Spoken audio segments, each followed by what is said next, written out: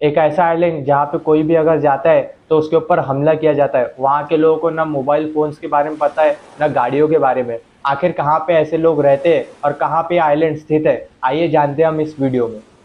An out of bounds island, I beg your pardon, in the Andaman and Nicobar chain. That's an aerial view of what this beautiful island looks like. An American tourist was killed by the Sentinelese people.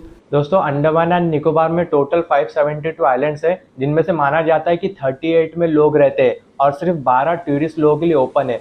जहाँ पे जो एक south में capital है port Blair करके, वहाँ से 50 kilometre दूरी पे नॉर्थ सेंटिनेंटल आइलैंड है, जो सिर्फ 60 स्क्वायर किलोमीटर बड़ा है। माना जाता है कि 70,000 साल पहले जब अफ्रीकन्स माइग्रेट हुए थे, तो माइग्रेट होके जो है इंडिया तक के आए थे। और इंडिया के पास में जो है अंडमान एंड निकोबार है, जो कि अभी इंडिया के टेरिटरी में आता है। तो वहाँ पे जो नॉर्थ सेंटिनेंटल जो लोग रहते हैं, तो माना जाता है कि वो लोग वहाँ से आए थे। अब ये आइलैंड की खोज कहाँ से हुई, हमें कैसे पता चला कि आइलैंड वहाँ पे स्थित है?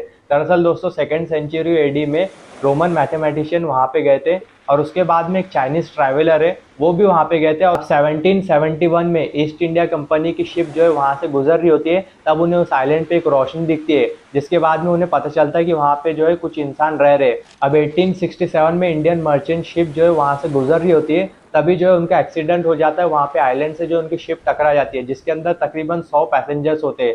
अब वो 100 पैसेंजर्स के ऊपर दोस्तों जो है नॉर्थ सेंटिनेंटल आइलैंड के लोगों के जरिए जो है हमला किया जाता है। अब वो जब हमला करते हैं तो किसी तरह से जो है वो 100 पैसेंजर्स जो है ब्रिटिश नेवी के द्वारा जो है बच के वहाँ से भाग निकलते हैं। 1880 में मॉरिबल वेडल पोर्टमैन डिसाइड करते हैं कि मैं वहाँ पे जाऊँगा और वहाँ के लोगों से जो है कांटेक्ट करूँगा। अब उसके बाद में जब वो वहाँ पे पहुँचते हैं तो उन्हें एक बुजुर्ग कपल और कुछ बच्चे दिखते हैं। वो सोचते हैं कि मैं इन्हें किडनैप करके जो है अच्छी जगह पे लेके जाऊँगा, ताकि जो उन्हें डेवलपमेंट के बारे में पता चले कि आसपास में कितनी डेवलपमेंट हो रही है। अब जब वो उन्हें किडनैप करके वहाँ पे लेके जाते हैं तो बुजुर्ग कपल जो है मर जाते हैं, क्योंकि दोस्तों ये जो पॉल्यूशन है और ये सारी जो नई चीज़ें, इन सब के जो डिजीज निकलते हैं, इसके लिए जो है हमारे बर्दाश्त करने के लिए हमारे बॉडी के अंदर इम्यूनिटी पैदा है। लेकिन कोई अगर जंगली इंसान जो यहाँ पे आ जाता है तो उसे बहुत भारी नुकसान हो सकता है। तो फिर वो पोर्टमैन डिसाइड करते हैं कि मैं जो इन बच्चों को जो है वापस वो आइलैंड पे छोड़ दूंगा। तो फिर वो पोर्टमैन जो है उन्हें कुछ गिफ्ट देके वो वापस वो आइलैंड पे छोड़ देते हैं। इसी के बाद से माना जाता है कि वो नॉर्थ सेंटिनेंटल आइलैंड के लोग जो है और ज़्यादा गुस्सा करने लग रहे हैं हमारा।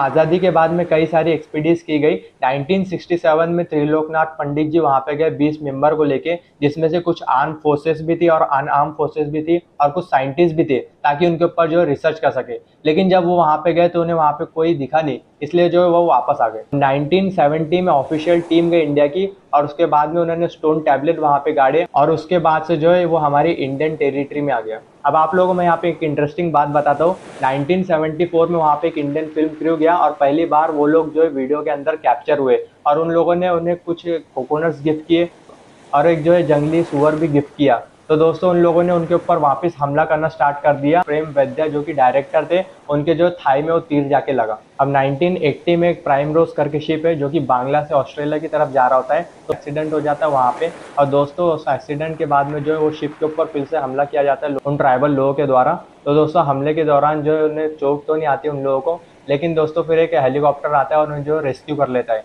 लेकिन जो है उन्होंने पहली बार जो है अपनी नज़रों में जो एक आयरन को देखा था, उसके बाद से जो उनके तीरों में जो आयरन पाया गया। आज भी जो है आप उस शिप की इमेज गूगल मैप पे देख सकते हो। 1991 में एक एंथ्रोपोलॉजिस्ट है मधुमाला जी, जो कि वहाँ पे जाती है और उनसे फ्रेंडली कांटेक्ट किया जाता है। वो कोकोनट देती है, और ये पहली बार होता है कि जो ट्राइबल लोगों के द्वारा जो एक फ्रेंडली कांटेक्ट दिखाया जाता है। तो दोस्तों, ये हो सकता है, इसलिए भी हो सकता है कि इस बार एक लेडी गई थी। तो 1 महीने बाद फिर से जो उनके पास में जाया जाता है और उन्हें कोकोनट गिफ्ट किए जाते हैं, और फिर से वो लोग जो है बहुत अच्छी तरह से कोकोनट लेते हैं और उन लोग के ऊपर हमला नहीं करते। तो जो उसके बाद से जो है फिर से फ्रेंडली कांटेक्ट जो उनके द्वारा नहीं दिखाया जाता है। 1991 के बाद से जो भी उनसे कांटेक्ट बना गया, उसके बाद में हमें जो वॉयलेंस दिखाया गया। अब ये पता नहीं है किसी को लिए 2-3 महीने के लिए वो लोग क्यों इतने अच्छे से जो है फ्रेंडली कांटेक्ट कर रहे थे हमसे। 1997 में जो है इंडिया ने उस आइलैंड के ऊपर बैन लगा दिया कि हम जो है अपनी आंखें, अपनी नज़र तो रखेंगे उनके ऊपर, कि अगर उन्हें कोई प्रॉब्लम फेस आती है तो हम उनकी मदद ज़रूर करेंगे, लेकिन जो है हमारे हाथ पीछे रखेंगे, ताकि जो वो हमारे ऊपर हमला ना कर पाए। 2004 में उस तरफ जो एक सुनामी आती है, जिसके बाद में इंडियन कोस्ट गार्ड जो अपने हेलीकॉप्टर से देखने के लिए आते हैं कि उन लोगों को कोई नुकसान तो नहीं हुआ, लेकिन फिर से जो उस हेलीकॉप्टर के ऊपर हमला किया जाता है, जिससे उन लोगों को समझ में आ जाता है कि ये लोग जो है हेल्दी है, फिट है और ठीक है। अब हाल ही में 2018 में जॉन एलन चाउ वहाँ पे जाते हैं उनको क्रिश्चियनिटी का पाथ पढ़ाने के लिए। जब वो वहाँ पे जाते हैं तो उनके ऊपर हमला किया जाता है और उसके बाद में जॉन एलन चाउ फिर से जो है दूसरी साइड से जाते हैं उनको जो क्रिश्चियनिटी का पाठ पढ़ाने के लिए, लेकिन जो है फिर से उनके ऊपर हमला किया जाता है। फिर से जो है तीसरा अटेम्प्ट किया जाता है जॉन एलन चाउ के द्वारा। उसके पहले वो अपनी डायरी में लिखते हैं कि अगर इस दौरान मेरी मौत आ जाती है तो इन लोगों को ब्लेम नहीं करना। तो फिर जब वो जाते हैं तो उनकी जो है हत्या कर दी जाती है। अब इस आइलैंड के बारे में हमें क्या क्या पता है दोस्तों। जॉन एलन चाउ के मुताबिक जो इस आइलैंड में जो लोगों की हाइट है वो 5.3 से लेके 5.5 इंच तक है। हेयर है वो बहुत ही शॉर्ट है। इनकी स्किन बहुत डार्क है। यहाँ पे तकरीबन 200 से 250 लोग रहते हैं। एक और ख़ास बात है कि आमतौर से जो इंसानों के अंदर एक क्यूरियोसिटी होती है कि आसपास हमारे क्या चल रहा है और हमारे अंदर ग्रोथ करने की क्यूरियोसिटी होती है, लेकिन जो इन लोगों के अंदर में जो ये क्यूरियोसिटी नहीं है, ये अपना ही अलग रहना चाहते हैं। दोस्तों मेरी तो यही राय है कि जो इन लोगों को अलग ही रहने दिया जाए क्योंकि वो इस हाल में बहुत ज़्यादा खुश है। आपकी क्या राय है कमेंट में ज़रूर बताना। The beaches and then disappear. They are a very lively people who prefer to live in isolation, away from the mainstream of life.